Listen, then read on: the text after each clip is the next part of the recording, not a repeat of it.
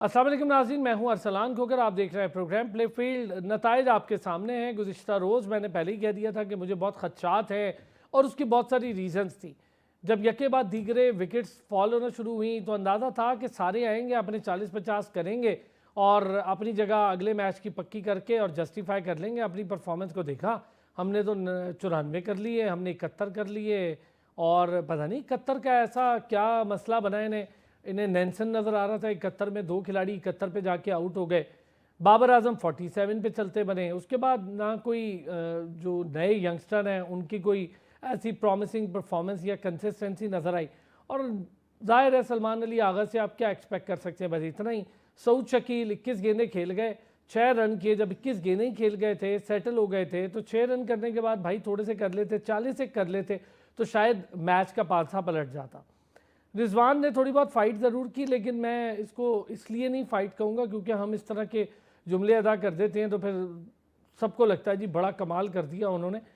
Fight से मुराद ये होता है भाई क्या मैच विनिंग इनिंग तो खेल जाएं। इतने सालों बाद अगर एक बंदा मैच नहीं जितवा पाता, और अच्छा ऐसा कोई अछूता या अनोखा कारनामा नहीं है ये कि आप मैच नहीं जितवा पाते, ये रेगुलर बुनियादों पर दुनिया की हर टीम कर रही है। पाकिस्तान में Misbah-ul Haq, Younis Khan single handedly match जितवाते रहे। असद शफीक अकेला खड़ा मैच जितवाता रहा। अजहर अली मैच को ड्रॉ तक ले गया, मैच जितवाता रहा। बाबर आजम भी अपनी प्रीमियर फॉर्म में थे जब उन्होंने ऑस्ट्रेलिया के खिलाफ 196 की इनिंग खेली, बड़ी ज़बरदस्त इनिंग थी। 200 उनका भी रह गया। लेकिन हम ये कहते हैं कि जब मैच जीतने या खेलने का मौका आता है तब पता नहीं कहाँ चली जाती है ये हमारी क्रिकेट, तब हमारी समझबूझ कहाँ चली जाती है। कैप्टेंसी पे बात करेंगे, फील्डिंग बड़ी अजीबो गरीब हमारा मेयार है, उस पर बात करेंगे। बॉलिंग को लेकर बड़ी डिटेल बात करेंगे हम। और यहाँ पर सबसे बड़ा मसला हमारे पास जो बॉलर्स हैं, उन्होंने पहली इनिंग में तो 300 नहीं होने दिया, उन्होंने 22 रन कम करवाए, लेकिन दूसरी इनिंग में भरपूर तरीके से 400 से ऊपर लेकर गए। कमोबेश होता है जी कि एक टीम तीसरी इनिंग में 400 रन करे, और 400 रन जब किए थे तो वहीं समझ आ गई थी कि इतना पहाड़ जैसा हदफ है और हमारी बैटिंग लाइनअप तो 256 नहीं कर पा रही है, तो हम क्या स्कोर करेंगे। फिर हमने देखा और उसको हमने बड़े बेहतर तरीके से विटनेस किया, जो कुछ आप सबके सामने हुआ। मुश्तबा हसन हमारे साथ मौजूद हैं। मुश्तबा स्पोर्ट्स जर्नलिस्ट हैं और बड़े शानदार डायनामिक स्पोर्ट्स जर्नलिस्ट हैं, हमारे साथ मौजूद हैं। नूरिश खान हमारे साथ मौजूद हैं, क्रिकेट प्रेजेंटर भी हैं, स्पोर्ट्स जर्नलिस्ट भी हैं। बहुत शुक्रिया दोनों हजरात का, इन्होंने हमें ज्वाइन किया। अच्छा मुश्तबा, ज़रा पहले आपसे, रिज़ल्ट आपके सामने है। गुज़िश्ता रोज़ मैंने आपसे कॉन्फिडेंटली कहा था कोई मसला ही नहीं है, ये लग ही ऐसा रहा है जिस तरह की क्रिकेट ये खेल रहे हैं। एक तो होता है ना, लोग कह रहे होते हैं ये मॉडर्न डे क्रिकेट नहीं है, भाई ये क्रिकेट ही नहीं खेल रहे। सबसे पहले अरसलान भी शुक्रिया आपका। गुड बाय क्रिकेट कहूँगा, क्योंकि मेरे ख्याल से जिस तरह पाकिस्तान T20 फिर वनडे और अब टेस्ट, तीनों फॉर्मेट से पाकिस्तान यकसर एक तरह की परफॉर्मेंस अब आ गई। पहले हम कहते थे टेस्ट थोड़ी हमारी टीम बेहतर है, लेकिन अब उन्होंने साबित कर दिया कि हम सब एक पेज पे हैं। जैसे हम सियासत में कहते हैं ना, हम सब एक पेज पे हैं, हमारा सियासत से कोई ताल्लुक नहीं, लेकिन सब कुछ कर भी रहे होते हैं। तो इसी तरह हम कर सब कुछ रहे हैं, लेकिन हमारा क्रिकेट से कोई ताल्लुक नहीं रहा, और हमारा वनडे T20 और टेस्ट सब बराबर हो चुका है। और जिस तरह की परफॉर्मेंस पाकिस्तान के प्लेयर्स ने दी, ख़ासतौर पे मैं कहूँगा सीनियर प्लेयर्स की, क्योंकि उनकी ज़िम्मेदारी ज़्यादा बनती थी। नए जो प्लेयर्स हैं जो डेब्यू कर रहे थे, उनकी चले टीम में आ गए, ज़िम्मेदारी बनती है, लेकिन उस तरह उनकी ज़िम्मेदारी, क्योंकि पहली सीरीज़ है, आप ज़्यादा एक्सपेक्ट नहीं कर पाते। लेकिन शान मसूद, सऊद शकील, इसके अलावा बाबर आजम, शाहीन शाह अफरीदी, ये सारी चीज़ें ऐसी हैं कि पाकिस्तान क्रिकेट को टेस्ट सीरीज़ का नुकसान हुआ। 2-0 से बांग्लादेश ने शिकस्त दी। मैं ये नहीं कहूँगा कि बांग्लादेश टीम अब बुरी टीम रही है, अपने होम ग्राउंड में वो टीम बड़ी अच्छी है, उसने इंग्लैंड को भी हराया, ऑस्ट्रेलिया को भी हराया, लेकिन इसका हरगिज़ मतलब ये नहीं है मैं कह रहा कि पाकिस्तान की परफॉर्मेंस इतनी बुरी नहीं थी कि वहाँ पे इंग्लैंड भी तो नहीं हराई ना, मैचेस हरा दिए होंगे, लेकिन आप सीरीज पूरी हार जाते हैं। यानी टेस्ट सीरीज खेलने जाती हैं, सालों में एक रेपुटेशन बनती है। यही हाल हमारा 1960 में था, यही हाल हमारा 2002 से 2007 तक था, यही हाल हमारा अब है, समझ में नहीं आ रहा। देखिए अरसलान भाई, मेरे ख्याल से अगर सीरीज़ की हम बात करते हैं ओवरऑल, तो सिलेक्शन से शुरू करते हैं और आते हैं बाबर आजम की दूसरे मैच में सिलेक्शन। पहले मैच में शाहीन शाह को खिलाया, खुरम शहजाद को नहीं खिलाया, जबकि खुरम शहजाद की परफॉर्मेंस आपके सामने है। शाहीन की बॉलिंग बड़ी एवरेज बॉलिंग है, मैं उसको अब ऐसा नहीं कहूँगा कि T20 वनडे या किसी भी फॉर्मेट में उसकी बॉलिंग उठा के देख लें। T20 में आता है तो रन खा लेता है, वनडे में उसके रन होते हैं, टेस्ट में आता है तो उससे विकेट नहीं ले जाती। तो वो बॉलर अब वो नहीं रहे। अब आपने अगर मीडियम पेसर के तौर पे खिलाना है और एज ए ऑलराउंडर या एज ए प्लेयर खिलाना है तो मेरा नहीं ख्याल कि वनडे T20 हद तक चले, किसी हद तक समझ आती है कि चले एक ओवर अच्छा, पहला ओवर अच्छा निकाल लेते, उसके बाद उसकी परफॉर्मेंस जो है थोड़ी सी ख़त्म हो जाती है। लेकिन अगर टेस्ट की बात करते हैं तो बिल्कुल ज़ीरो प्लेयर मेरे ख्याल से टेस्ट क्रिकेट से हट के, जैसे हारिस रऊफ ने बड़ा टाइमली डिसीजन ले लिया था, उनको पता लग गया था कि टेस्ट क्रिकेट इनकी गेम नहीं है, वो सिर्फ 1-2 ओवर के बॉलर हैं और वो T20 की हद तक महदूद हैं। इसी तरह शहीन को भी समझ लेना चाहिए कि 1-2 ओवर के बॉलर जो होते हैं वो T20 तक कहीं ना कहीं एडजस्ट हो जाते हैं, किसी लीग में एडजस्ट हो जाते हैं, PSL हो गए, इस तरह की परफॉर्मेंस आ जाती है तो वहाँ पे खेल लेते हैं। लेकिन टेस्ट क्रिकेट बड़ा मुश्किल होता है, टेस्ट में आपको सेशन बाय सेशन चलना पड़ता है, हर नए तरीके आजमाने पड़ते हैं, आपके पास एक ही चीज़ होती है, वो आप हर दफ़ा नहीं ट्राई, स्लो बॉलर तीन बॉलर्स आपके, एक ने 126 दे दिया, एक ने 83 दे दिया, एक ने 86 दे दिया, एक ने 66, चलो 66 को छोड़ते हैं हम, ये 3 बॉलर्स ने मिला के आपका स्कोर ऐसा पार कर दिया था कि समझ आ रही थी कि हम तो अब जीतने से बहुत कोसों मील दूर चले गए हैं। नूरिश, मैच रिजल्ट्स आपके सामने हैं और एक और शिकस्त से हम 2-4 हुए और यही बांग्लादेश है, यहाँ आके भी हरा गई, वहाँ जाके भी हार गए। देखें, टू बी ऑनेस्ट, हम लोग ने स्टार्ट से कभी कुछ ऐसा किया ही नहीं कि जिस पॉइंट पे हम जाके बोलें कि भाई हाँ ये वो मरहला था कि जब हम जो है ना मैच में था, हम किसी भी पॉइंट पे इन द मैच नहीं थे। It was a one sided clean sweep और Bangladesh deserved every bit of it. अब आप छोटी सी एग्जांपल देखें ना, कल आई मीन ठीक है वो बड़ी चीज थी ऑन फील्ड, लेकिन कल का जो डे था उसमें पूरी परफॉर्मेंसेस को छोड़ के सारे इस चीज पर डिस्कशन करने लग गए थे कि वो जो लिटन दास और रिजवान के आपस में जो है हीटेड एक्सचेंजेस हो गए थे। तो जब आपका फोकस ही यहाँ पे होगा एज ए नेशन भी, एज एन एनालिस्ट भी, मैं एक बात कहूँ क्रिकेट से हट के, तो फिर जाहिर बात है टीम का भी फोकस ही आउट होगा। एक मैं वैसे बात कर रही हूँ कि टीम का तो हमें वैसे भी नजर आ रहा है कि अब लोग बात, अभी कल भी मैंने ये बात कही थी कि लोग कहते हैं कि हम हमारी पहले जैसी टीम कब आएगी। देखें, जब हम इस माइंडसेट से निकलेंगे ना, अब जो ये एक स्टांस है ना कि बैक इन द डेज, ये अब कोई वाइबल स्टैंस नहीं रहा, क्योंकि अब मॉडर्न डे क्रिकेट आपसे रिबर्थ डिमांड करती है। मॉडर्न डे क्रिकेट डिमांड करती है कि आप आगे देखें, ना कि आप पीछे देखें। तो जब तक आप आगे की नूरिश, तरफ नहीं देखेंगे, पहले आपकी किसी ये की बेहतर समझने नहीं की ज़रूरत है कि क्या हम क्रिकेट खेल रहे हैं, फिर उसके बाद हम आएंगे टेक्निक, मॉडर्न डे क्रिकेट क्या चीज़ है और विंटेज क्रिकेट क्या चीज़ है, ट्रेडिशनल क्लासिक क्रिकेट क्या चीज़ है। इनको क्या पता ये सारी चीज़ें क्या, ये तो क्रिकेट ही नहीं खेल रहे। एब्सोल्युटली। और इस पर मैं एक और बात कहना चाहूंगी सलाल भाई कि आप ओडीआईज में जितना टॉप पे हो, आप T20s में जितना टॉप पे हो, अगर आप टेस्ट क्रिकेट में टॉप पे नहीं है ना, अगर आप टेस्ट क्रिकेट में फ्लरिश नहीं करें, then I am sorry but you not sustainable as a team. क्योंकि test cricket is the very basics of cricket. वो क्रिकेट अगर आप टेस्ट क्रिकेट में फ्लरिश नहीं करें, आप क्रिकेट में फ्लरिश नहीं कर रहे। तो हम लोग एज ए टीम सस्टेनेबल रहे ही नहीं है। क्योंकि आप इंग्लैंड देखें, ऑस्ट्रेलिया देखें, इंडिया देख लें, इनफैक्ट वहां भी टेस्ट क्रिकेट में वो लोग कितने अच्छी तरीके से, they are literally the only teams that are keeping the essence of test cricket alive. और फिर 2025 जब WTC फाइनल लॉर्ड्स में हुआ था साउथ अफ्रीका ऑस्ट्रेलिया के बाद, उसके बाद टेस्ट क्रिकेट का लैंडस्केप बिल्कुल चेंज हो गया है। तो हम लोग अभी तक मतलब शॉर्ट टर्म प्लान देने से बाहर आ ही नहीं रहे। आप मतलब बांग्लादेश की बॉडी लैंग्वेज देखते हैं, जिस तरीके से शैंटो ने कैप्टनसी की, जिस तरीके से शैंटो ने प्लान बी प्लान सी पे अमल किया। हमारे पास प्लान ए होता था तो हम एलियन जो हमारे पास सर्कमस्टांसेस आते थे, हम उनसे अडेप्ट ही नहीं कर पाते थे, हम घबरा जाते थे। और आई एम सॉरी, मुझे बहुत अजीब लग रहा है घबराहट का ये वर्ड यूज करते हुए सीनियर प्लेयर्स के साथ, कि आपने अपने यंगस्टर्स को, अजान अवैस और अब्दुल्ला फजल को जो डेब्यू कर रहे थे, आपने उनको लिटरली बैटलफील्ड में छोड़ दिया। और उनको ये था कि हम परफॉर्म करेंगे तो टीम जीतेगी, क्योंकि पीछे से बैक करने के लिए सीनियर्स थे ही नहीं। सीनियर्स से सीधी बॉल्स नहीं खेली जा रही, सीनियर्स जो है वो अच्छा, मैं अच्छी आपकी बॉल्स इस को बात से करते थे। थोड़ा सा डिसएग्री यूं करूंगा नूरिश, इस पे हम पूरी डिटेल बात करते हैं। यंगस्टर्स को मौका मिलता है, यंगस्टर आते हैं पहले मैच में, एक पिच पे सेट होते हैं, पिच समझ के परफॉर्म कर देते हैं। पिच ज़रा सी हिलती है, हमारे यंगस्टर्स को समझ ही नहीं आती, क्लूलेस हो जाते हैं। देखें, ये मौका होता है यंगस्टर्स के लिए, यंग ब्लड है, आया है, उसने छा जाना है, कंसिस्टेंसी शो करनी है। भाई 4 नहीं, कम से कम 3 इनिंग्स आपने खेल के देनी है। नहीं खेलनी तो 2 मैचेस की एक इनिंग तो हर सूरत आपने खेलनी है। या यंगस्टर्स भी हमारे बस तकरीबन आ रहे हैं, और मैं यही बात आपसे भी और बहुत सारों से कह रहा था कि बहुत अर्ली है, इनको ज़रा परफॉर्म करने दें, लग पता जाएगा इंग्लैंड के खिलाफ, साउथ अफ्रीका के खिलाफ और फिर ऑस्ट्रेलिया के खिलाफ, बड़ी टीमों के खिलाफ। इस तरह की परफॉर्मेंस बांग्लादेश के खिलाफ जैसी आई, आपने एक सेंचुरी की, उसके बाद 3 इनिंग आपकी खाली चली गई। मुश्तबा, यंगस्टर्स इस बात से मैं भी थोड़ा सा डिसएग्री आपकी बात से करूँगा कि ये नहीं है कि सिर्फ हमारे नौजवान जो लड़के हैं वो पिच हल्की सी दर्द होती है तो ख़राब हो जाते हैं। हमारी पूरी टीम इंक्लूडिंग पे हम एक सीनियर्स अलग जामे और मुफस्सिल गुफ्तगू करेंगे। मैं ज़रा यंगस्टर्स की बात इसलिए कर रहा हूँ कि देखिए ये हम लेकर आए हैं कि यार आपने रिप्लेस करना है बहुत सारों को, आप अच्छा खेलेंगे रिप्लेस।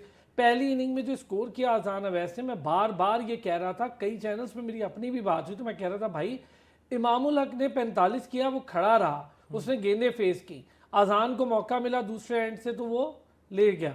इधर जब विकेट गिरती है तो समझ आ जाती है, फिर कोई खेलता ही नहीं है। नहीं, बिल्कुल दुरुस्त बात है कि हमारे जो नौजवान लड़के हैं उनको मौका, अब ये हम नहीं कह सकते उनको मौका नहीं। अब इस बड़ी अहम सीरीज़ थी बांग्लादेश के खिलाफ, आम सीरीज़ नहीं थी, बांग्लादेश को बांग्लादेश में रहना बड़ा मुश्किल काम होता है। इतने अहम सीरीज़ में इनको डेब्यू मिला था और इनके पास अच्छा मौका था कि परफॉर्म करते आगे आते और कई ऐसे प्लेयर्स की रिप्लेसमेंट बन के सामने आते। बदकिस्मती से एक अच्छी इनिंग खेल तो ली, लेकिन उसके बाद जो जैसे आप बता रहे हैं कि बाकी 3 जो इनिंग्स है उन्होंने ज़्यादा कोई स्कोर नहीं किया और वो पूरा दूसरा टेस्ट जो है बिल्कुल हमारा ओपनर से नज़र ही नहीं आया पूरे टेस्ट मैच में।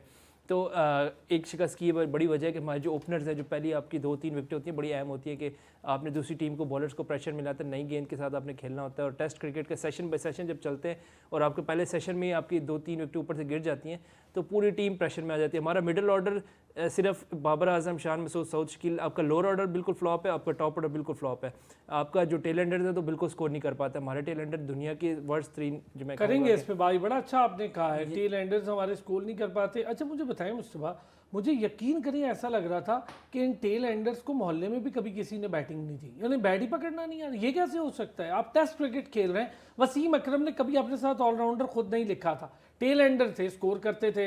इसी तरह सकलैन है, स्कोर करते थे, यासिर शाह है, उन तक ने स्कोर किया है जी, सारे जिनका मैं नाम ले रहा हूँ। एक ब्रेक लेते हैं जी, वापस आते हैं, टेल एंडर्स पे भी बात कर लेते हैं। और हमारे तुर्रम खान, बड़े बड़े नाम, शान मसूद और ये सारे कैप्टन बन के आए थे खेलने, एक कैप्टन इनिंग नहीं उनसे खेली गई 4 इनिंग्स में। ब्रेक के बाद इस पे बात, एक बार फिर आपको खुशामदीद कहेंगे। टेल एंडर्स पे बात कर रहे हैं पहले मुस्तफा, आप ज़रा अपनी बात कंप्लीट करेंगे। जो टेल एंडर है, मेरा सवाल ये था, आप यकीन करें खुर्रम को मैं बैटिंग करता देख रहा हूँ, हसन अली तो प्रॉपर बैटिंग करता होता था, पता नहीं क्या हो गया उसको, और बाकी सब भी ऐसे लग रहा है जैसे इन्हें मोहल्ले में भी कभी किसी ने बैटिंग नहीं दी। ऐसे नहीं होता, टेल एंडर्स भी 50, 40, 50, 60 रन किसी ना किसी तरह कंक्लूड करते हैं। बिल्कुल, अगर आप पूरी दुनिया की क्रिकेट देख लें, ऑस्ट्रेलिया देख लें, इंग्लैंड देख लें, ऑस्ट्रेलिया के टेल एंडर्स देख लें, गिल्स्पी थे, उन्होंने 200 डबल 100 किया था बांग्लादेश के खिलाफ बांग्लादेश में। इसी तरह आप बात करते हैं स्टुअर्ट ब्रॉड की, उसने पाकिस्तान के खिलाफ 160 रन की बड़ी अच्छी इनिंग खेली थी। तो दुनिया के टेल एंडर्स सेंचुरियाँ करते हैं, 150, 200 करते हैं, हमारे टेल एंडर से 10-20 रन बनाना मुश्किल हो जाता है। आज आपने देखा कि 358 पे एक आउट हुआ, उसके बाद तीनों विकेट 358 पे ऑल आउट हो गई।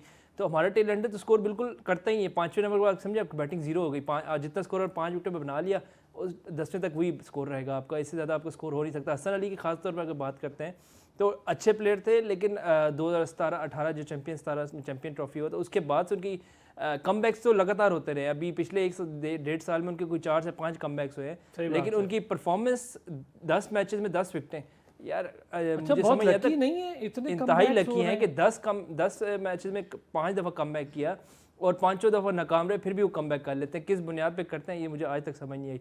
ना बॉलिंग हो रही है, बैटिंग चले, उनकी उम्मीद थी कि चले कोई बेहतर, निस्बतन बेहतर ऑलराउंडर है जो हमारे पास करंट टीम में इस वक्त मौजूद है। बाकी तो हमारे पास ऑलराउंडर है ही नहीं, लेकिन करंट टीम में अगर देखा जाए तो हसन अली की बैटिंग निस्बतन बेहतर थी बाकी आपके जो टेल एंडर्स थे, लेकिन उसने भी बिल्कुल परफॉर्म नहीं किया। फिर साजिद खान हो गया या आपके दीगर खुर्रम शहजाद हो गया, अब्बास, ये तो बिल्कुल ऐसे लगता है जैसे इनको इससे बेहतर तो बच्चे बैटिंग कर लेते हैं हमारे गली महल्ले के। तो उनको तो बिल्कुल बैट पकड़ना ही नहीं आता कि आप इंटरनेशनल टीम में जाते हैं और आपको 10, 20, 30 स्कोर बनाना भी आपके लिए पहाड़ बन जाता है। कि टेल एंडर्स का काम होता है बेसिकली स्ट्राइक रोटेट करके जो आपको सीनियर बैट्समैन उसके पास जाना। लेकिन हमें तो डर लग रहता है कि 2 बॉलें भी नहीं खेल सकते वो। सही बात है, आपने अगर खेलते सारों ने देखा, अजीब लग रहा था। इरफान सदुसई साहब ने भी हमें ज्वाइन कर लिया जी, स्पोर्ट्स जर्नलिस्ट हैं, बड़े शानदार हमारे भाई हैं। इरफान, ये बताएं, मैच आपने देखा, पिछले मैच में भी आपने कहा था बॉलिंग को लेकर के अगर आप 5 सेशन करें और 5 विकेटें लें तो हमें उन 5 विकेटों का कोई फ़ायदा नहीं है, और वो वाकई गलत बात नहीं थी, वो नज़र भी आ रहा है। ऐसे 4-4, 5-5 सेशन करते हैं, रन्स लीक करते हैं और उसमें 3-4 विकेटें लेके तो अपनी परफॉर्मेंस विकेटों से जाहिर करते हैं। दे हम भले 100 रन दें, बहुत शुक्रिया अरसलान भाई। बॉलिंग के ऊपर थोड़ा सा क्रिटिसाइज मैं इसलिए करता हूँ कि टेस्ट मैचेस में आपको बैट्समैनों ने नहीं बॉलर्स ने मैच जिताना होता है। आप चाहे 3,000 रन बना लें, जब तक आप 20 आउट नहीं करेंगे आप टेस्ट मैच नहीं जीत सकते। अगर इसके अलावा कोई और सूरत हाल पैदा हो जाए, कोई जलजिला आ जाए, आग लग जाए, वो अलग बात है। अदरवाइज आप टेस्ट मैच से जान नहीं छुड़ा सकते।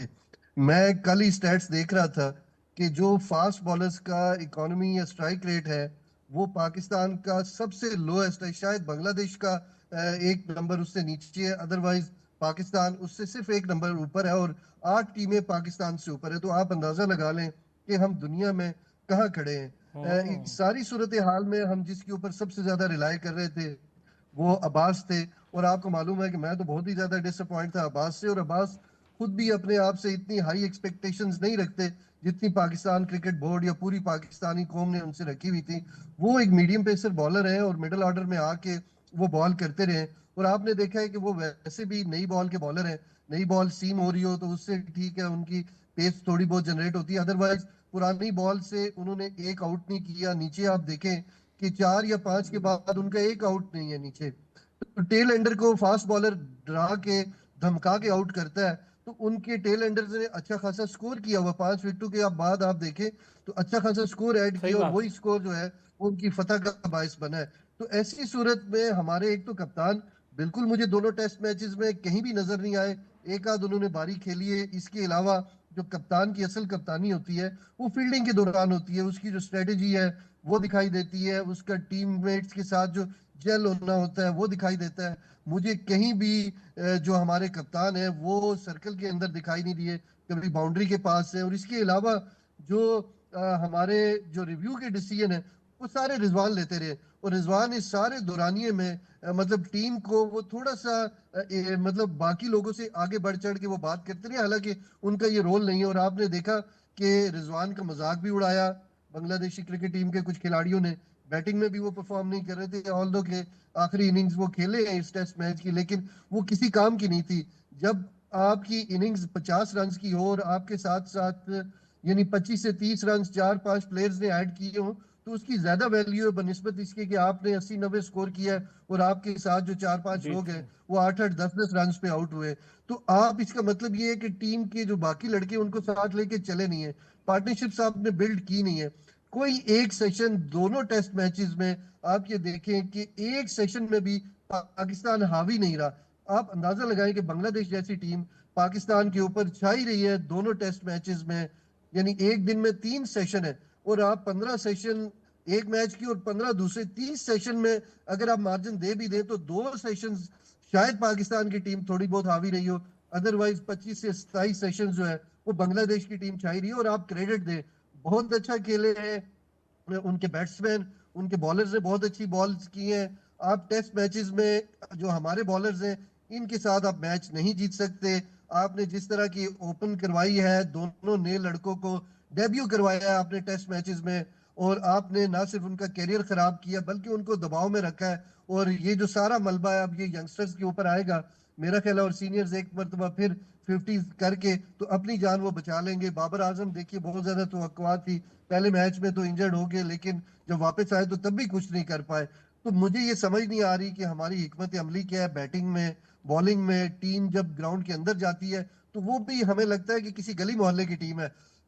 माजूद चाहता हूँ, 2 प्लेयर्स इधर जा रहे होते हैं, 2 उधर जा रहे होते हैं, एक टीम के अंदर जो स्पिरिट होता है वो भी दिखाई नहीं दे बहुत अच्छे रहा। अच्छे इरफान, एजुकेशन में आपने इनकी ना कुछ कुछ स्टैट्स हमारे सामने रखे हैं, बहुत अच्छा किया। ये बड़ी अच्छी चीज़ है कि स्टैट्स पे बात होनी चाहिए। नूरिश, चूँकि आप कमेंटेटर भी हैं, शॉर्ट लेग मुसलसल लगा के रखी है बांग्लादेश ने और हमारे सारे टॉप प्लेयर्स के पास वो शॉर्ट लेग थी। हमारे यहाँ हमारे कैप्टन को ना तो सिली का कोई मेरा ख्याल है पता ही नहीं है, शॉर्ट फाइन लेग का कोई अच्छा लगाने का अंदाज़ा नहीं है। और मुझे तो बिल्कुल समझ नहीं आती वही फार्मूला, 4 ओवर 10 ओवर हुए, चलो भाई चलो अपनी स्लिप हटाओ और स्लिप को भेज दो बाउंड्रीज पे, सुकून से गेंदे। नाहिद राना ने स्कोर दिए, वो डरा ही नहीं स्कोर देने से और डरा के उसने बैट्समैन आउट कर दिए। स्टैट सामने रखे हैं अभी, बहुत अच्छे इरफान ने। हमारा अगर आप देख लें हमारी टीम की रन करने की शरह, वो सिर्फ बांग्लादेश से एक हम ऊपर हैं पॉइंट, बाकी हमारे स्ट्राइक रेट और ये सारी चीज़ें बिल्कुल फारे हुए हैं।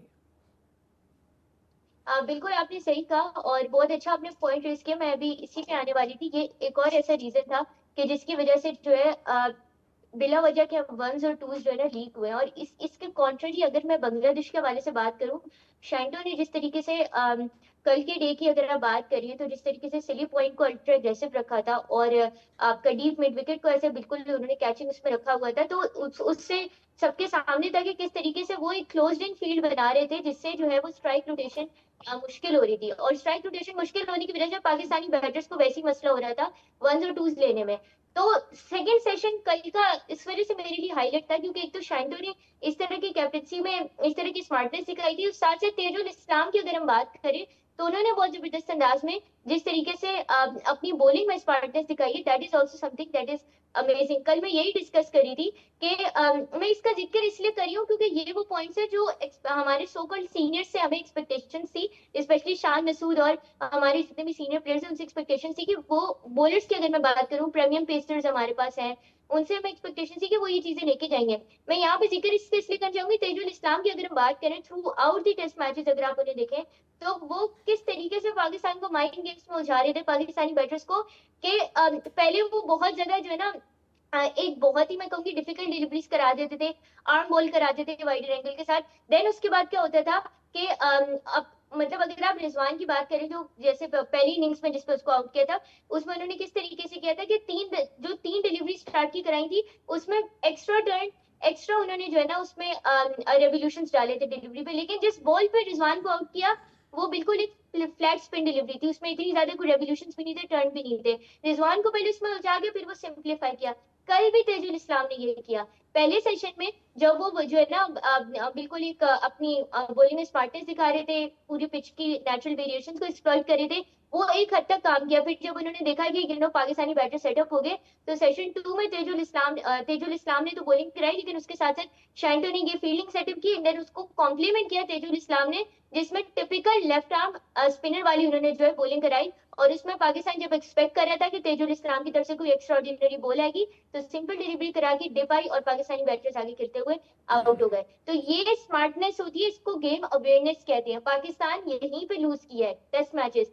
शान की बात करें, शान की तो मुझे फील्ड सेटअप ही समझ नहीं आ रहा था, आप इतने मजे से वंस और टू जो है ना एक्सप्लॉइट करो जैसे कोई बात ही नहीं है। और इरसलान भाई ये आज की बात नहीं है, ये डेकेड लॉन्ग हमारी जो है ना ये एक डिलेमा रहा है कि हम वंस और टूज को उतनी अहमियत देते ही नहीं है, कि जितनी हमारे सिर्फ एक माइंडसेट होता है कि बस जाना है और जो है ना हाँ ये अच्छा, उस ये पे दो play तरफा है, execute करना बहुत अच्छा पॉइंट है, ये दो तरफा है मुश्तबा। हम दूसरा कर रहा हो तो रोकते नहीं है, अहमियत नहीं देते, खुद हमसे वन और टूज होते नहीं है तो हम उसको भी अहमियत नहीं देते। ये हमारा दो तरफा मामला है। देखिए अच्छी बात है कि बड़ा अच्छा पॉइंट रेज किया कि हम सिंगल डबल को तो बिल्कुल अहमियत देते ही नहीं, हम कहते हैं बस बाउंड्रीज नहीं होनी चाहिए, सिंगल डबल तो बनते रहते हैं। और हम जब बैटिंग पे आते हैं तो हमसे सिंगल डबल होते नहीं, हमारे खासतौर पे जो टेलेंटेड हैं उनसे तो बिल्कुल भी नहीं होते। सर हमारे सीनियर्स भी सीनियर्स रोटेशन, मुझे बताएं हसन, चले अब आप आ गए इस बात में, हसन अली जब आपको पता है कि एक वीक एलिमेंट है, बॉल थोड़ी सी बच गई हैं, आप आराम से दिन निकाल सकते हैं, ओवर के आखिरी गेंदों पे हसन अली को सामना करने दे दिया रिजवान ने, मैं तो हैरान हूँ। और हसन अली वही हुआ, आउट हो गया। ये तो बड़ी ज़बरदस्त अजीब तरह की एक दूसरी टीम की प्लानिंग को आपने कामयाब कर दिया। देखिए यहाँ पे मैं आपकी जो आपने थोड़ी देर पहले बात की थी ना कि सीनियर प्लेयर ने 50 करके अपना जान बचा ली, तो रिजवान भी कहता है कि सीधा नॉट आउट चला जाए और बाकी टीम आउट हो जाए, ताकि मलबा ये रहे कि रिजवान नॉट आउट था, बाकी टीम आउट हो गई और रिजवान जो था परफॉर्म कर गया। उसके 94 करने की हमें उस तरह की कोई ख़ास ज़रूरत नहीं है। जब आप टीम को मैच फिनिश नहीं कर पाए, फिनिश ने किया एटलीस्ट करीब ले जाते मैच को, कि आपके बाकी टेलेंडर्स जो हैं वो 4 10 15 रन बना के मैच को कहीं करीब जीतना नहीं पाते तो चले 10 12 रन से हारते तो समझ आती है। 78 रन से बड़े मार्जिन से शिकस्त हुई हमें। दूसरी तरफ मैं बात करूँगा बॉलिंग की, थोड़ी सी नई बॉल से आप चले विकेट ले लेते, जब बॉल थोड़ा स्विंग सीम हो रहा था, बास भी विकेट ले लिया, खुरम ने भी ले लिया। पुरानी बॉल से आपके पास ऐसा कोई बॉलर ही नहीं है। पुरानी बॉल में देखिए जोर लगता है, तेज़ बॉल करनी पड़ती है आपको, 130 32 30 25 से 125 वाली बॉल नहीं आप विकेट दिलवा सके, वो बॉल पुरानी हो चुकी थी, उसमें कुछ भी नहीं होता। उसमें फिर आपको चाहिए होता है या आपके स्पिनर बहुत तगड़े हो या फिर आपके फास्ट बॉलर इतने अच्छे हों कि उनकी इतनी पेस हो कि वो बॉल बैट्समैन को तंग कर सके। इस्तेमाल ही नहीं जानते, ये इतने नहीं जानते, से बिल्कुल क्रिकेट खेल रहे हैं। अभी आपके करंट टीम देख ले तो आपके पास उस तरह की पेस है ही नहीं जो पुरानी बॉल को यूटिलाइज कर सके। हमारे स्पिनर भी माशाल्लाह देखिए जिस तरह की परफॉर्मेंस है, हमारे पास आखिरी स्पिनर मेरे साथ यासिर शाह थे, जिसकी कमी हमें अब महसूस हो रही है। हमने काफ़ी अर्से से उनको ड्रॉप किया आज कोई अच्छा स्पिनर नहीं, अब तो लेकिन अब हमारे पास भी नहीं, अब तो वो रिटायर ही समझे हम। अभी पाकिस्तान का फ्यूचर जो वनडे और टेस्ट और T20 तीनों का फ्यूचर जो है अगले 5-7 साल, मेरा नहीं ख्याल हमें कोई एक्सपेक्टेशन रखनी चाहिए अपनी करंट टीम से कि हम कोई टूर्नामेंट जीतेंगे या कोई टेस्ट मैच बड़ी जीतेंगे या कोई सरप्राइज करेंगे। ना सिलेक्शन क्या है, सुफियान मुकीम पर हमने टैग लगा दिया है, कभी कभी उसको खिलाएंगे और जब साथ खिलाएंगे तो उसको मैच नहीं देंगे। अबरार एक मैच में हम मिस्ट्री क्या के खिलाते हैं, अगले में वो होता नहीं है।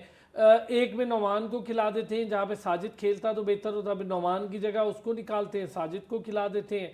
और बस ये दो पर फंस के रह गए। हमारे पास टेस्ट के तो स्पिनर हमने खुद नहीं बनाए। देखिए सिलेक्शन की बात करते हैं तो देखिए बाबर आजम की ऐसी कौन सी इंजरी थी यकदम से हुई, यकदम से ख़त्म भी हो गई 5 दिन के अंदर। सिलेक्शन मेयार मुझे खुद बड़े हैरान कन हूँ कि ऐसा कौन सा सिलेक्शन मेयार बना रहा है पाकिस्तान क्रिकेट मैनेजमेंट में, कौन सा ऐसा शख्स बैठा हुआ है जो इस तरह की पूरी सिलेक्शन करता है कि पहले शाहीन को टेस्ट मैच में खिलाता है, खुरम को ड्रॉप करते थे, दूसरे मैच में खुरम को वापस ला के शाहीन को ड्रॉप कर देते हैं। कंसिस्टेंटी आपको नहीं, कंसिस्टेंसी नहीं है, बिल्कुल पता ही नहीं है कि कौन सा प्लेयर कहाँ खिलाना है, किस प्लेयर को कहाँ यूटिलाइज़ करना है, किस प्लेयर कहाँ परफॉर्म करना है, आपको खुद अंदाज़ा ही नहीं है। बस रेपुटेशन बेस पे खिलाना है, सोशल मीडिया बेस पे खिलाना है। आपने देखा पहले मैच में बाबर को नहीं खिलाया तो तनकीद हुई, दूसरे मैच में बाबर को एकदम से फिट करार देकर खिला दिया। ऐसे कौन सी इनके पास कोई गीदड़ सिंह थी कि 5 दिन में बाबर की जो सीनियर एक बड़ा प्लेयर था उसकी इतनी बड़ी नोयत की जो इंजरी थी उसको 5 दिन में अपने ठीक करके दोबारा से टीम में टेस्ट मैच में, T20 या वनडे नहीं है, टेस्ट मैच 5 दिन का टेस्ट, इसमें आपकी 100% फिटनेस होती है तब आप 5 दिन का टेस्ट मैच खेल सकते हैं।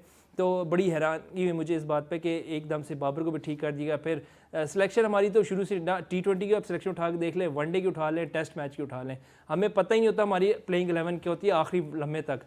मुझे तो आज तक प्लेयर्स के नाम नहीं आ रहे थे, हर मैच में तो बंदा चेंज हो जाता है, एक मैच में एक को डेब्यू कराते हैं, अगले में दूसरे को डेब्यू करा देते हैं, फिर उसको चेंज। अच्छा वैसे प्लेइंग 11 वाकई याद नहीं रहती, एक टेस्ट मैच की सीरीज की नहीं याद रहती कि वो कौन सी खेली होगी, क्योंकि उसमें कोई ना कोई चेंजेस होते ही रहते हैं।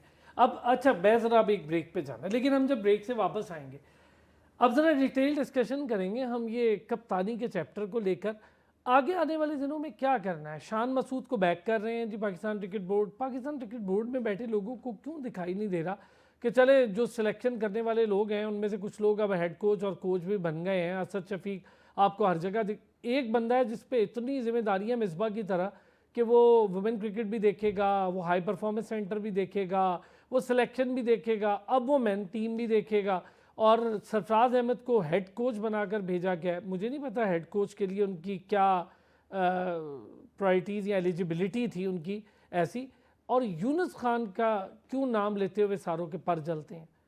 एक ब्रेक लेते हैं, वापस आते हैं इस पे बात। एक बार पे खुश आमदीद कहेंगे। नूरिश बड़ी अच्छी 2-3 पॉइंटर्स आप सारे लोगों ने रखे। मुश्तबा ने बड़ी अच्छी बात कही कि प्लेइंग 11 ही नहीं पता होती कि हमें एक में कौन खेल रहा है, याद मुझे तो नहीं याद रहती, और शायद भूल ही जाता हो कि अगले में कौन खेला था और पिछला टेस्ट कौन खेला था।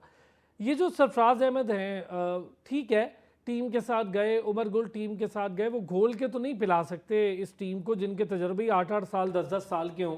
अब इन्हें कौन सिखाएगा, और अव्वल तो ये सीखेंगे भी नहीं, खैर तो इन्हें सिखाएगा कौन। और उमर गुल ने खुद तो खेलना नहीं था, खेलना ही नहीं बॉलर। 5 सेशन बिल्कुल ठीक कहा इरफान ने, 15-15 सेशन की क्रिकेट हो रही है, एक टीम को मिल रही। 15 सेशन में हम 400 रन लगवाते हैं, इसका मतलब है कि हमारे बॉलर्स 15 सेशन में 10 विकेटें पूरी नहीं ले पा रहे। देखिए रॉक बॉटम कभी ये बिलो ईयर्स को मैं रॉक बॉटम भी नहीं कहूंगी, क्योंकि रॉक बॉटम एक हद तक होता है, इतना नहीं होता। ये तो बिल्कुल लोएस्ट ऑफ लोज है ना, मतलब इसके आगे तो कुछ, इसके आगे सिर्फ खाई है, और उसमें पाकिस्तान की टीम जा रही है, और कोई मतलब इस बात को समझने को तैयार नहीं है कि इट्स लिटरली अ पिरामिड, और पिरामिड के टॉप पे देखा जा रहा है, बॉटम को कोई देख ही नहीं रहा है। अभी भी आप देखिएगा अरसलान भाई, मतलब ठीक है ये डिसीजन होना चाहिए, लेकिन इमीडिएटली नहीं, और भी चीजें जिनको देखने की जरूरत है। अभी सबसे पहले डिसीजन देखिएगा क्या होगा। इतनी सारी बातें हमें शो पे करें, बहुत डिस्कशन हो रही है, पहला डिसीजन है वो क्या करेंगे, कप्तान को चेंज कर देंगे, और बस उसके अलावा उसके साथ कोई डिसीजन नहीं लिया जाएगा। कप्तान चेंज होने चाहिए, आई एग्री, लेकिन उसके साथ साथ और भी चीजें होती हैं जिन्हें देखना चाहिए, सिर्फ कप्तान चेंज करके छोड़ नहीं देना होता। मैं आपकी बात से एग्री हूं नूरिश, मुझे जरा बताएं कप्तान की तब्दीली से क्या होगा। सिर्फ एक खिलाड़ी नया आएगा, बस एक खिलाड़ी ने आएगा, बाकी यही पुराने कारतूस होंगे। मुझे बताएं सऊद शकील की परफॉर्मेंस पिछले 2-3 सालों में, अगर आपको एक वो श्रीलंका का टेस्ट आज तक हमारे गले पड़ा हुआ है, उसके बाद से कोई बड़ी परफॉर्मेंस बता दें। सलमान अली आगा मैच विनर नहीं है, 40-50 करने वाले खिलाड़ी हैं। रिजवान बिल्कुल अपनी पीक के डेड एंड पे खड़े हैं। बाबर आजम 50-60 अपने करेंगे और चलते बनेंगे, टीम से किसी को परवाह नहीं है। साइम अयूब आ जाएगा ज़्यादा से ज़्यादा वापस, क्या कर लेगा वो, बस यही हमारे पास टोटल ऐसा ही ऑप्शन है। है, ऐसे ही है। अरसलान भी सारी बात असल में ये है कि चीजें बीच में थोड़ी उम्मीद मुझे उस वक्त आई थी जब जेसन गिलेस्पी हमारे कोच आए थे।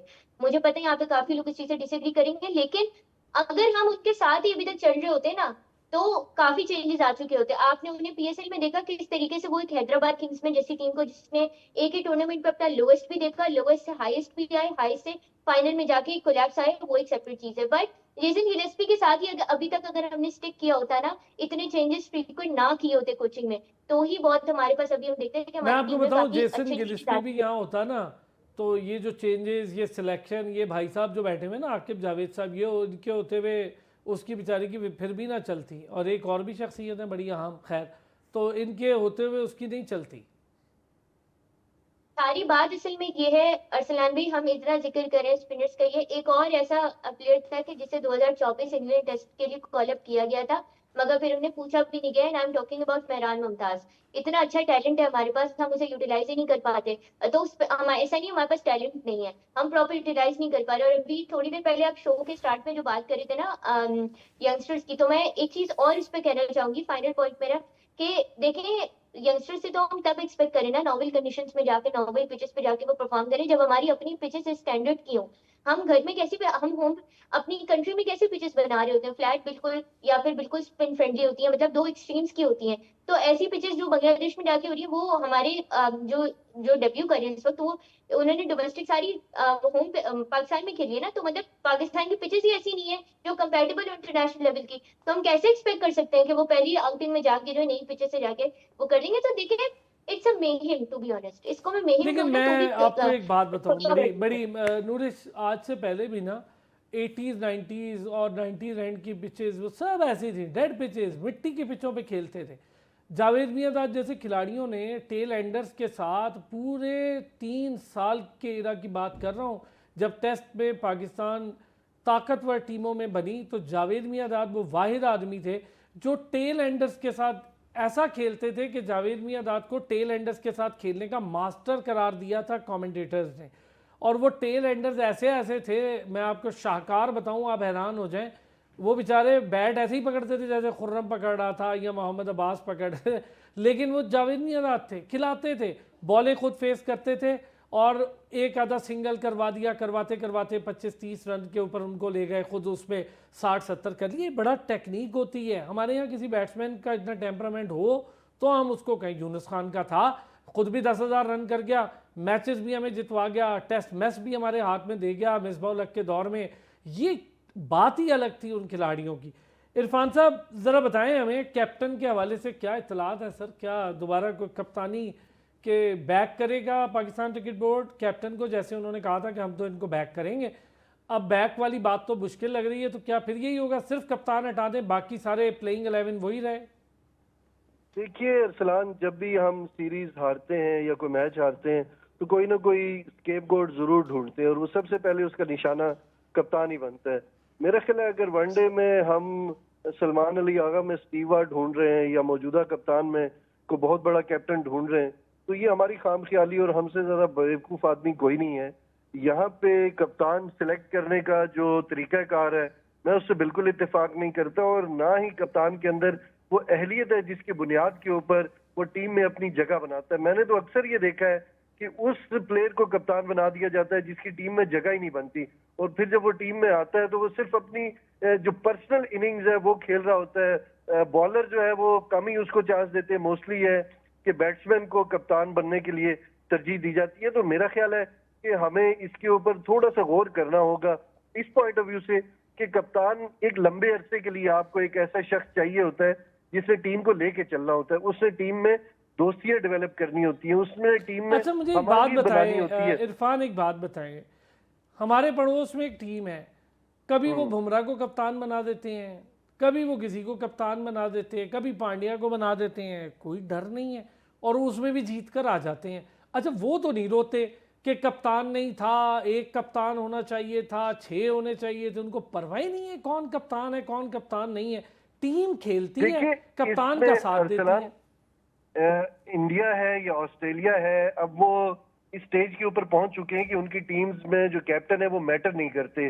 हर जो इंडिविजुअल है वो अपनी रिस्पॉन्सिबिलिटी इतने बेहतरीन तरीके से वो अदा कर रहा होता है कि जैसे वो ही टीम का कैप्टन, और वो आम बंदा नहीं होता, अपने अपने रीजन का वो कैप्टन रहा होता है। हमारे लड़के भी ऐसे ही हैं, लेकिन मेरा ख्याल है कि हमारा स्टैंडर्ड बहुत नीचे है। ऑस्ट्रेलिया की टीम में किसी को भी कैप्टन बना दे, पैट कमिंस के अंदर जो सलाहियतें हैं, वो जो नया आने वाला प्लेयर है उसके अंदर भी वही सलाहियतें होंगी। आप देखेंगे कि ऑस्ट्रेलिया का स्टैंडर्ड किसी भी तरह से नीचे नहीं जाएगा।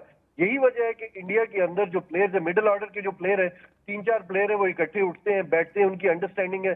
जब वो विकेट के ऊपर भी जाते हैं तो उनको यूं लगता ही नहीं है कि वो डोमेस्टिक क्रिकेट खेल रहे हैं या इंटरनेशनल क्रिकेट खेल रहे हैं, वो एंजॉय कर रहे होते हैं क्रिकेट को। हमारे लड़कों के ऊपर इतना प्रेशर होता है, मुझे लगता है कि ये नफसियाती तौर पे बहुत ही डाउन है, और इनकी परफॉर्मेंस ना होने की एक बुनियादी वजह ये भी है कि ये थोड़ा मेंटली स्ट्रांग नहीं है। इनके ऊपर थोड़ा सा काम करना होगा, और मुझे लगता है कि थोड़ा अगर हमारी डोमेस्टिक क्रिकेट थोड़ी वीक है तो हमारे जो प्लेयर्स हैं उनको इंग्लिश क्रिकेट खिलाई जाए, काउंटी क्रिकेट खेलें।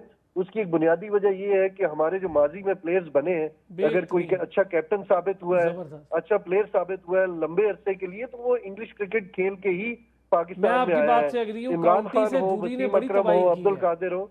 बहुत अच्छे इरफान, ये बड़ा ज़बरदस्त बात है। अगर हमारी डोमेस्टिक क्रिकेट का ढांचा इस काबिल नहीं है तो भाई काउंटी पहले भी नहीं था, काउंटी खेलते थे, एक से एक खिलाड़ी निकलता था। आपको याद होगा इरफान, जब तक बाबर आजम काउंटी खेलते रहे हैं तब तक आपने उनकी परफॉर्मेंस देखी, जब तक रिजवान काउंटी खेलते रहे तब तक परफॉर्मेंसेस देखी आपने। भाई वहाँ पे दुनिया भर आके खेलती है, पिचेस डिफरेंट मिलती हैं, माहौल डिफरेंट मिलता है, वहाँ पे फिटनेस लेवल चाहिए होता है। ये चीज़ें बहुत अच्छी बात कही आपने मुस्तफा। ये सारी चीज़ें तो आपके सामने, लेकिन क्या अब इत्तलात हैं कि वही स्केप गोट कैप्टन को बनाएंगे और बाकी 10 वही रहेंगे खिलाड़ी? देखिए, कप्तानी की मिसाल हमारी ऐसी, जैसे हर 5 साल बाद इलेक्शन होता है, नून लीग जाती है, पीपल्स पार्टी आती है, पीपल्स जाती है, नून लीग आ जाती है, तो वो कप्तानी के चेंज होने से फ़र्क नहीं पड़ेगा। फ़र्क पड़ेगा नफसियाती तौर पे प्लेयर्स को आपने इतना मजबूत बना देना कि उनको उनकी सिलेक्शन, जैसे बाबर आजम है ना, इतना सीनियर प्लेयर हमारा, वो भी अपनी पोजीशन बरकरार रखने के लिए डर होता है कि परफॉर्म नहीं किया तो ड्रॉप हो जाऊंगा। उसके जहन में भी ये बात होती है, यही प्लेयर हमारे जो पहला टेस्ट मैच खेला उसके जहन में भी यही बात है नफसियाती तौर पे कि मैंने परफॉर्म ना किया इधर तो मेरी टीम में जगह खतरा है। तो वो अपनी परफॉर्मेंस को लेकर इतना प्रेशर में आ जाता है कि वो उसका ध्यान मैच से हट के साथ, जैसे बात कहते हैं ना अभी कि इंडिया के प्लेयर जो एंजॉय करते हैं, तो वो एंजॉय करने वाला एलिमेंट तो हमारा खत्म हो जाता है। हमारा पूरा फोकस होता है किसी तरह अपनी परफॉर्मेंस दे दूँ, बाकी टीम जाए पहाड़ में। जैसे रिजवान अभी आज 90 कर ली, अपनी परफॉर्मेंस साइड पर कर दी, 70 शान ने बना दिया, 50 बाबर ने बना दिया, अपनी परफॉर्मेंस उन्होंने जब पूरी कर दी। बाकी टीम रिजल्ट क्या है वो उनको, वो सिर्फ शान मसूद जाने और टीम जाने और मोहसिन नकवी साहब जाने। लेकिन मेरे ख्याल से एक कप्तान चेंज होने से कोई फ़र्क नहीं पड़ना। हाँ, सलमान अली आगा बतौर कप्तान मुझे लग रहा है टेस्ट क्रिकेट के बड़े मजबूत उम्मीदवार है, क्योंकि उनसे T20 की कप्तानी जैसे कहा गया था ना, वर्ल्ड कप के बाद हो सकता है ले ली जाए। तो अभी तक तो इतलात ये है कि अभी तक ली नहीं है, लेकिन अगर उनको T20 कप्तानी हटाते हैं तो उनको इधर एडजस्ट कर दिएगा और T20 में किसी और को एडजस्ट कर देगी। एडजस्टमेंट पॉलिसी क्या चल रहा है, ऐसे क्या एडजस्टमेंट है? मुझे सऊद शकील का बताएं, क्या परफॉर्मेंस है मुश्तबा? देखिए, ओवरऑल अगर सऊद शकील की परफॉर्मेंस देखें तो काफ़ी अर्से से नाकाम रहे हैं, और वो उनको देखिए, अब टेस्ट प्लेयर है, उसको मुकम्मल टेस्ट पे फोकस करिए, तो उसको आपने बना दिया फ्रेंचाइज लीग का कप्तान। फिर उसमें उसने ओपनर भी करना है, फिर उसने वहाँ पे जाके परफॉर्म भी करना है, फिर उसने तेज़ भी खेलना है। तो उसकी अपनी जो नेचुरल गेम है, अब उसको खुद भी पता है कि नेचुरल गेम उसकी क्या है और T20 में क्या। वो एक तरफ पैसा है, दूसरी तरफ टेस्ट क्रिकेट है, तो जाहिर सी बात है आप प्लेयर्स जो आपके हैं यहाँ पे आपके, मैं आपको बड़ी एक तल्ख बात करता हूँ कि आपके प्लेयर्स जो है ना, प्रोग्राम में आने के एक प्रोग्राम के कहते हैं हम कितने पैसे देंगे, तो वो प्लेयर से क्या एक्सपेक्ट करेंगे? वो पाकिस्तान बिल्कुल सही बात कही, वो T20 को इसलिए फोकस देंगे। जी जी, कुछ कह रहे हैं इरफान, आपकी बात पे कुछ कहना चाह रहे हैं?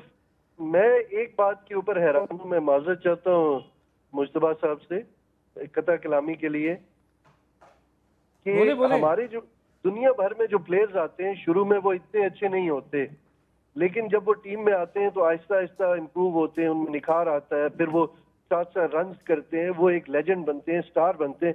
लेकिन हमारे यहाँ सिस्टम रिवर्स क्यों है? हमारा प्लेयर आता है, शुरू में अच्छे रन करता है, बड़ा प्लेयर बनता है, लेकिन उसके बाद आहिस्ता आहिस्ता वो डाउनफॉल की तरफ चला जाता है। बाबर आजम की मिसाल देखें, मतलब क्या वजह है? कोई बुरा तो नहीं मान जाएगा अगर मैं एक वर्ड कहूँ, आप सारे उस वर्ड से वाकिफ हैं, और मैं आपको ऐसा वर्ड बताऊंगा जो कोई डिनाई नहीं कर सकता, इंक्लूडिंग वसीम अकरम। मैं एक वर्ड बोलूंगा, हमारे यहाँ खलीफा बन जाते हैं, ये बहुत बड़ा वर्ड है क्रिकेट का, ये खलीफा बन जाते हैं, अनटचेबल हो जाते हैं, और यकीन करें जो नया आता है उसको तो करीब भी नहीं भटकने देते। एक ग्रुप बन जाता है 7-6 का, वो कहता है हम ही खेलेंगे, कोई और बीच में आ नहीं सकता। अच्छा, ये ग्रुप से ये मुराद नहीं होती कि वो लाहौर का होगा, वो कोई पेशावर से भी होता है, कोई कराची से भी होता है, कोई लाहौर, वो 6-7 लड़के इकट्ठे हो जाते हैं, कह रहे भाई हम तो रहेंगे, बाकी रहे ना रहे। उसका फिर नया तरीका वारदात आ गया था, हमारे पास एक मैनेजर आ जाता है जो 6-7 लड़कों को मैनेज करता है। अभी मुश्तबा ने एक बात कही ना कि आप ज़रा किसी को कहें कि जी आपके साथ हमने एक ईद शो करना है, तो वो आपसे इतने भारी भरकम रकम मांग लेगा मुंह फाड़ के कि आप हैरान हो जाएंगे, कहेंगे रहने ही दे भाई हम खुद ही कर लेंगे। ये बात मैं आपको बड़ी फैक्चुअल कह रहा हूँ इरफान। बिल्कुल सही कह रहे हैं अरसलान, प्लीज इनको एजुकेट कीजिए। मैं बार बार ये कहूंगा कि इनको बेसिक एजुकेशन दीजिए। अगर हम एजुकेशन नहीं दे सकते, ये ऐसे डायरेक्ट टीम में आ गए हैं, हमारी सोसाइटी इस काबिल नहीं है, तो प्लीज इनको किसी ऐसे कंट्री में भेजिए जहाँ पे इनका अवेयरनेस का लेवल बढ़े, तभी ये जाके थोड़ा सा अंडरस्टैंड कर पाएंगे, प्लान कर सकेंगे। आप ये देखिए कि मैं बहुत ही हैरान होता हूँ जब हमारे प्लेयर्स जस्टिफाई कर रहे होते हैं मैच खत्म होने के बाद, तो उनकी बातों में जस्टिफिकेशन ही नहीं होती, उनकी प्लानिंग ही नहीं होती। उनसे अगर कमेंटेटर पूछे कि आपकी आज जो जीते हैं कि कैसे खेले, आपकी क्या प्लानिंग थी, वो कहेगा अल्लाह का शुक्र है बस। बिल्कुल आपकी बात से अग्री हूँ। मैं एक जुमला आप सारे लोगों को सुना के एक शॉर्ट सा कमेंट देता हूँ। कराची स्टेडियम, नेशनल स्टेडियम में मैं खुद जब अंडर 17 खेल रहा था तो वसीम अकरम से हमारी मुलाकात करवाई गई, हैदराबाद की टीम की। वसीम अकरम डोमेस्टिक खेल रहे थे, तो मैच एंड हुआ तो मुलाकात करवाई गई, तो बड़े खूबसूरत लगते थे हमें, हमारे तो हीरो हैं वसीम अकरम। वसीम अकरम ने एक लड़के ने हमारे अंदर से पूछा कि वसीम भाई हमने सुना है जो बड़े प्लेयर होते हैं ना, और आप जैसे बड़े प्लेयर, उनके कॉलर खड़े होते हैं, तो इसका क्या मकसद होता है? उन्होंने कहा जिस दिन मैं 5 विकेट लेता हूँ, हाँ मेरे कॉलर खड़े होते हैं। उन्होंने कहा जिस दिन मैं विकेट नहीं लेता ना, उस दिन मेरे कॉलर बैठे हुए होते हैं। ये होता है खिलाड़ी। उसके जवाब से हमें सीखने को मिला कि परफॉर्मेंस से कॉलर खड़े होते हैं। भाई ये कॉलर खड़ा कोई चीज नहीं होता, पता नहीं हमारे बिल्कुल यहाँ क्या हो बिल्कुल। रहा है। अरसलान एक और बात है, एक बात ये कि मुझे ये बताइए कि जब हमारे पास अच्छे बॉलर थे तो तब बाकी भी अच्छे बॉलर क्यों आ रहे थे? अब जब स्पेस है, जब हमारे पास एक भी बॉलर नहीं है अच्छा, तो एक भी बॉलर दूसरा अच्छा नहीं आ रहा। बहुत जब वहाँ जबरदस्त। पे रुकिएगा वसीम अकरम और रुकिएगा बकारी इरफान, खेल इरफान रहे थे। इरफान यहाँ पे रुके। यही नूरिश आपसे और यही मुश्तबा से वाकई बहुत अच्छी बात कही कि जब अच्छे बॉलर थे तो एक से एक आ रहा था, उनको बिठाना पड़ता था। अब एक भी नहीं है, अब इस पेस से क्यों नहीं आ रहे? लैंड ऑफ पेसर्स थे हम। सर लैंड ऑफ पेसर्स तो हिस्ट्री हो गई, अब तो नहीं रहे हम लैंड ऑफ पेसर्स, अब तो दुनिया कहीं और निकल गई, हम कहीं और निकल गए हैं। देखिए आई थिंक हम मेंटली तौर पे बहुत वीक है। हम बस जो है ना कंट्रोवर्सीज में एज अ प्लेयर्स की बात करूँ पढ़ना पसंद करते हैं। हम बस ये बताना पसंद करते हैं प्रेस कॉन्फ्रेंसेस में कौन सी टीम आगे जाना डिजर्व करती है, कौन सी नहीं करती।